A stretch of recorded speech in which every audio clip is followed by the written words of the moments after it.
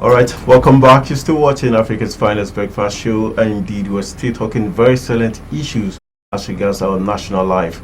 First of all, we dealt with the sporting angle, looking at all the issues in the sporting arenas, talking about coaches and players, who is more important, and also the lifestyle and life of ex-internationals after doing their bit for our beloved country, Nigeria. Right now, let's make welcome Dr. Gideon OC. To look at this very important issue that broke yesterday as regards the ultimatum that was initially issued by the Northern Youth Forum, talking about the Iowa Youth Forum, and now rescinding their decision, saying is welcoming back the people from the Southeast. Good morning, nice to have you, Dr. Gideon. Good morning, and thank you. All right, My pleasure. Looking at what happened, would you say it's good news? Would you say the pressure from various quarters in Nigeria has eventually made logic to prevail to our brothers from the northern region? Well, I think it's a good news for everybody. Okay. Not just the Igbos, not just the Southeast, but the whole country at large. All right. Because our northern brothers, All right. the Arewa boys, the Arewa youths, the coalition, the northern groups, they agree with us that no part of this country can develop alone. That we all need each other. All right. And the Igbo man, wherever he found himself, be it in the southeast, south, or southwest, or be it in the farthest part of this country, in Kano, Katsina, Jigawa, contributes so much to the economy of this country. Right. So it is in our own interest that we don't jeopardize that economic advantage. It's also in our collective interest that we continue to foster peace as a people. All right. Okay, would you say this, looking at the way it came, would you say it was truly from the heart and mind of this group, or probably due to the pressure? And do you think this will be sustained? And how do you also think we can sustain it? Well, sincerely speaking, the quick notice that was issued in June, Okay. threw the country into turmoil. All right.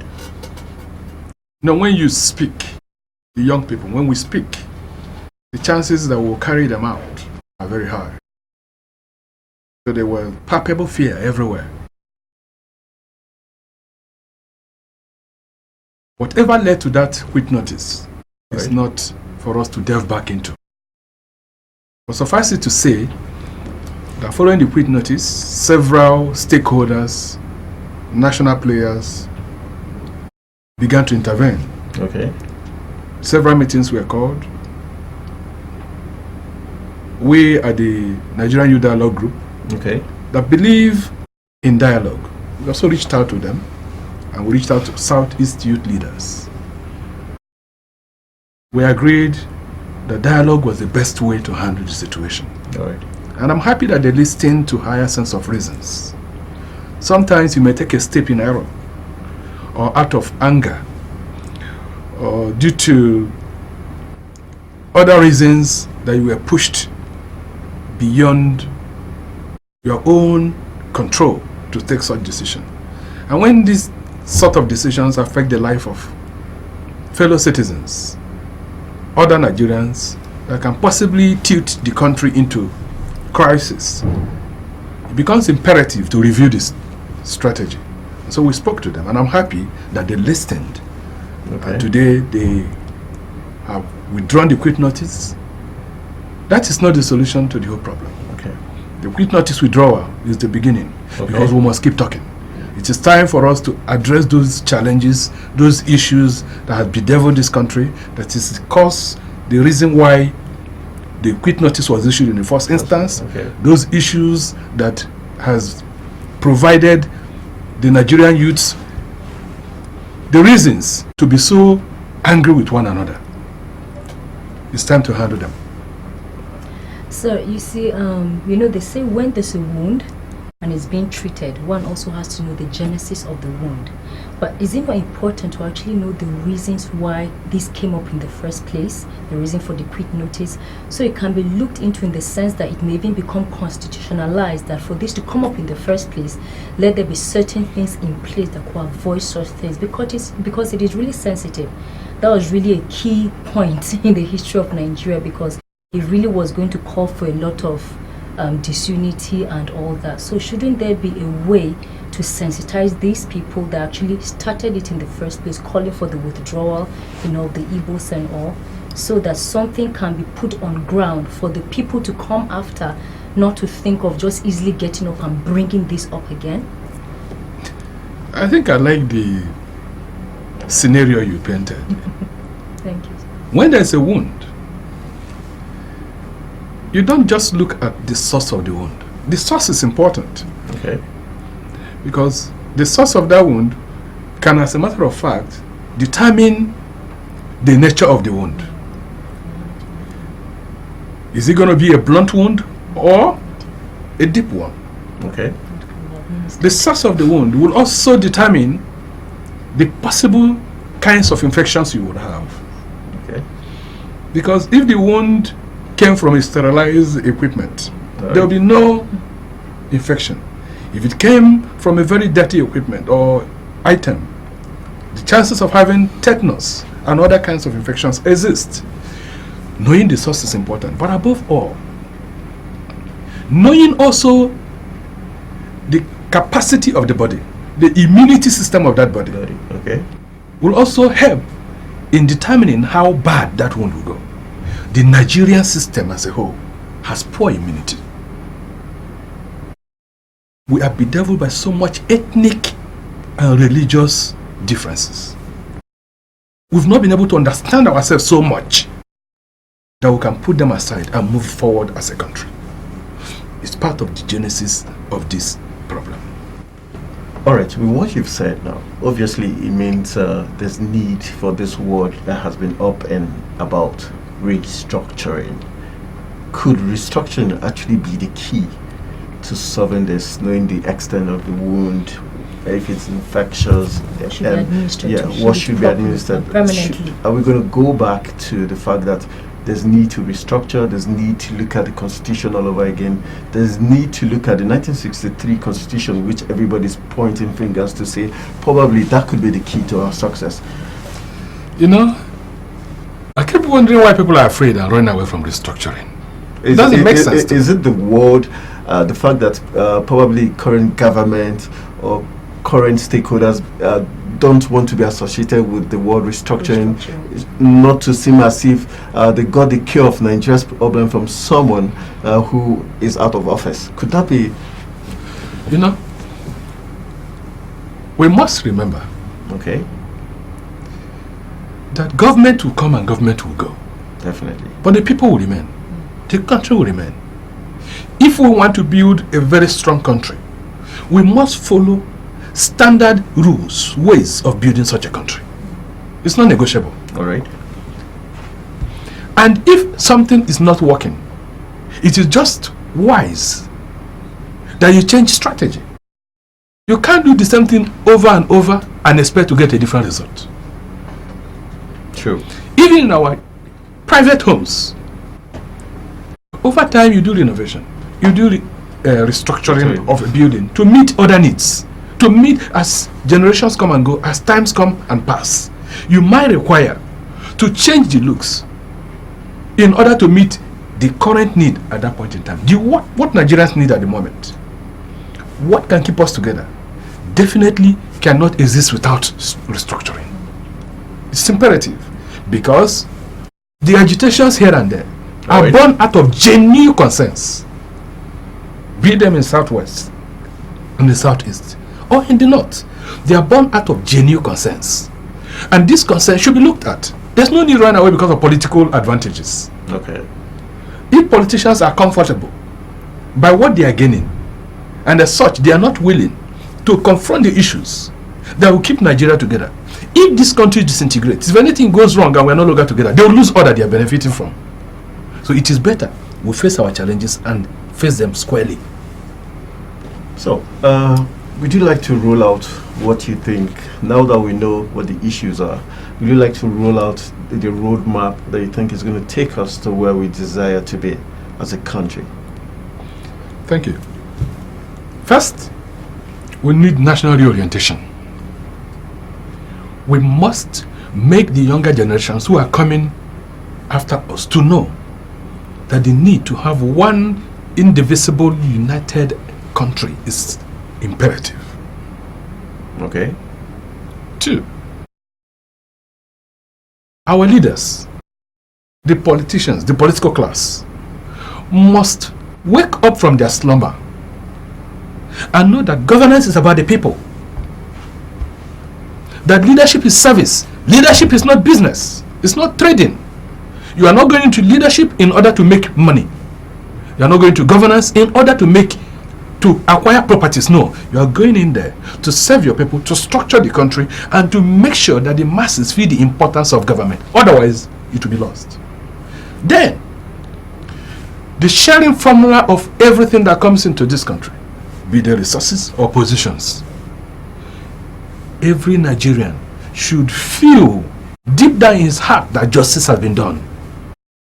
Because when you are not convinced that what has been done is just, there will be complaints everywhere. We will not have a peaceful country. Everyone has a conscience. Deep down in your conscience, you will know when the right thing has been done. If you have 10 positions to be shared or to be allocated for different important strategic places, then carry every part of Nigeria along in the process.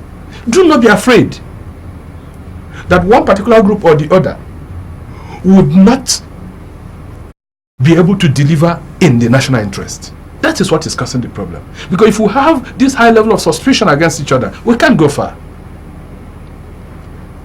In other words, we must be able to tell ourselves the truth about how nations are run. There should be no continuous marginalization of one group another against the other. It is not only the Southeast that's marginalized. Even in the North Central, if you look at how the power play is being done in this country, you'll find out there are so many parts of the North Central that are not actually feeling the vibes of the government. That's not right. If they don't explode today, they are just in incubation. Someday, you will see that even the smallest of groups can become the greatest albatross of the country. But if we do the right thing, if we are able to accommodate people accordingly, and we do not edge any group out of place, then you will be sure that Nigeria will be a better place. So I want to ask a question. Why do you think Igbos were singled out by the Northerners to withdraw? Yes, because other tribes and all. So why do you think you were singled out? Yes, certainly the activities of the Nnamdi Kanu IPOB group was instrumental. Okay. Because the Igbos have always been there. They've always felt marginalized, no doubt, alongside other groups in this country. But it has never been this bad.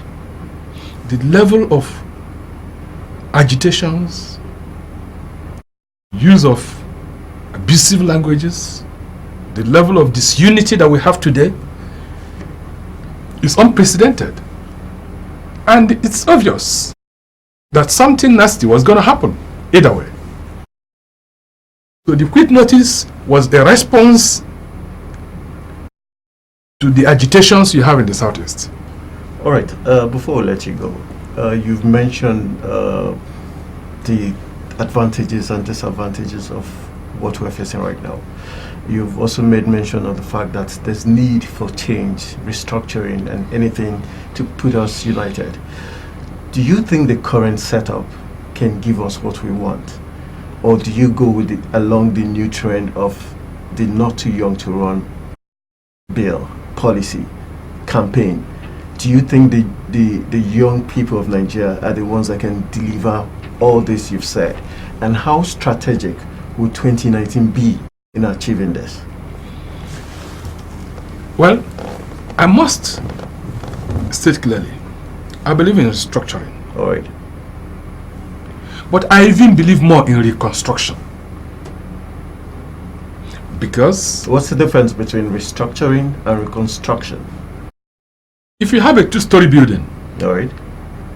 and possibly you travel to New York or you've been to Dubai and you see a very beautiful 10-story building, glass house, wonderful, and you said, I think I'll prefer this. You come back home and you want to convert a 2-story building to the beautiful 10-story building you've seen in Paris or in Dubai. All right.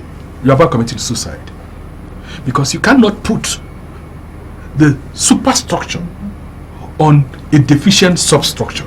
All right.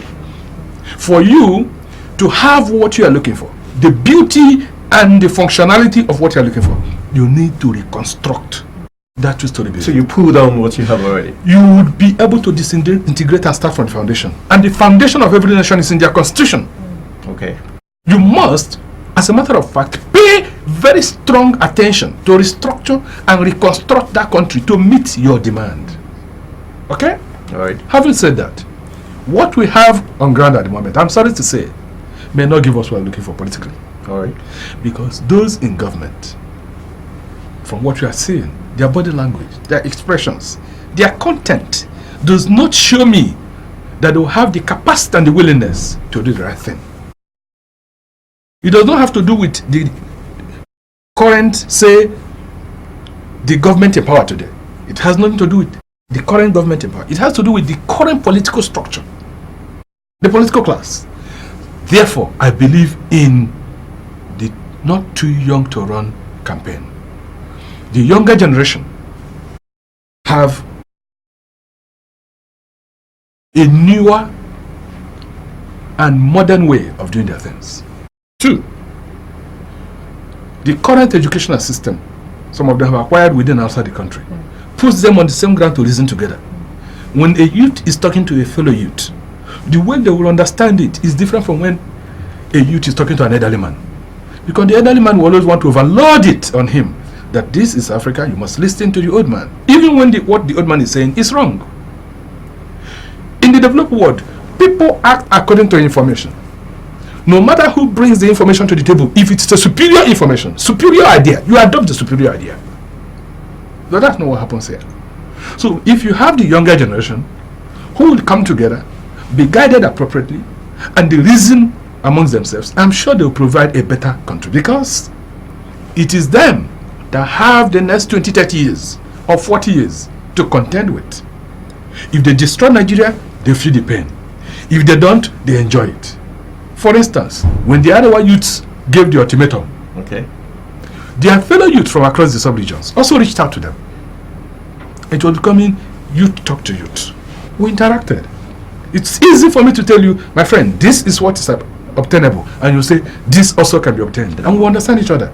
Okay. That way, we were able to achieve the success that led to this withdrawal of quick notice. All right. I think the last question we have for you has to do with all these ideas, these possibilities. How is the youth, how is the rest of the country going to be able to convince the ruling government? And also, like they say, corruption, when you fight corruption, it fights you back. And technically speaking, these older generations, this current government, how do you think they're going to allow this thing come to fusion? Especially when they have a different stance in terms of restructuring. If I get your question correctly, Yes. The odds that will be faced. we shouldn't miss it though. Okay. We will try as much as possible not to mix them So, up. okay. The fight against corruption is one that must be done. Is it not being done currently? A minute. The president is a man that has enjoyed so much support with respect to the fact that we believe that he can fight corruption. But you see, one man alone cannot fight corruption in Nigeria. It's a task that will never be fulfilled. To fight corruption, you need a holistic national approach. Everyone must play a part. The civil servants, the law enforcement agents, mothers at home, children in school, everybody must play a part to drum it in our ears that we're where we are because of corruption. And It has nothing to do with government in power or government out of power. All right. Because governments come and go, they are all the same. The difference may be in the clique that will come on board. Fighting corruption is important in achieving our national goals. And if you must fight corruption, you must fight corruption at all angles, no matter who is involved. If they are members of your government or they are outside your government, a corrupt person is a corrupt person, no matter who the person is. Then, talking about convincing people to believe and compel the government to accept restructuring, we must keep talking. You can't silence everybody from saying the truth. And if you do what is right, everybody will be able to sleep comfortably, both those in power and those who are not in power. Apparently, when people are afraid of losing a cup of tea, they do everything possible to make sure that the water never boils. Nice one. Okay? So that only them will drink that which is in their own cup, not forgetting that the content will finish, but the container will remain. There is no need acting against national interest when you know that the right thing to do, if we need to have Nigeria to remain the power of Africa, the pride of the black race, all we have to do is to prepare Nigeria to play that role. We're not playing that role at the moment. We will be here and be answering giant of Africa, and smaller black nations will come and overtake us. It's already happening. We should be ashamed of ourselves. Okay, you've got a final question. All right, just to add to what my system producer just said, what will be your message to the Southeast, the Igbo race, now that the northern people have stretched their hands, they only believe? What should be their response going forward? Going forward, my advice is that two wrongs cannot make a right. The Igbos of the Southeast and some parts of the South-South, wherever they are found, must understand that Nigeria is better, that we are also better off in a more united and fair country. We should continue to preach peace. We must desist from instigating violence of any sort. They should welcome the withdrawal with joy, go about their businesses, and pray to God Almighty to help those in leadership of this country to do the right thing. There will be no need to exchange words, to keep fighting or keep quarreling, because in the midst of crisis, everybody is a loser. Even if one group has more resources than the other, even if one group has more arms than the other, even if one group has more number than the other, everybody will lose something. If you don't lose your resources, you will lose your time. If you don't lose your time, you will lose your young men and young women. If you don't lose any of the both, you will lose the integrity that you share. Everyone is a loser in the midst of crisis. So it is good for us to go back home, tell our people that we must continue to live in peace. Those Igbos that are found in any part of this country must continue to contribute their quota and take good care of their families. Our northern counterpart must continue to see every Nigerian to have equal right. Treat people with respect and don't dehumanize anyone, because in the process you are going to trigger off this sort of reaction that is not necessary. For me, everyone is important in the Nigerian equation. Until we accept that, it may be very, very difficult to build a united nation. All right, on that very instructive note, I want to say a big thank you to Dr. Gideon Osi, one of the chieftains of the Southeast. Thank you for joining us on Africa's Finest Breakfast Show and sharing the joy of the northern youths deciding to rescind their decision about the quit notice to the people of the Southeast, so that we can remain a one united, strong, powerful black race in the world. On that note, I will be going for a quick break. When we come back, we'll be wrapping up Africa's Finest Breakfast Show, New Day.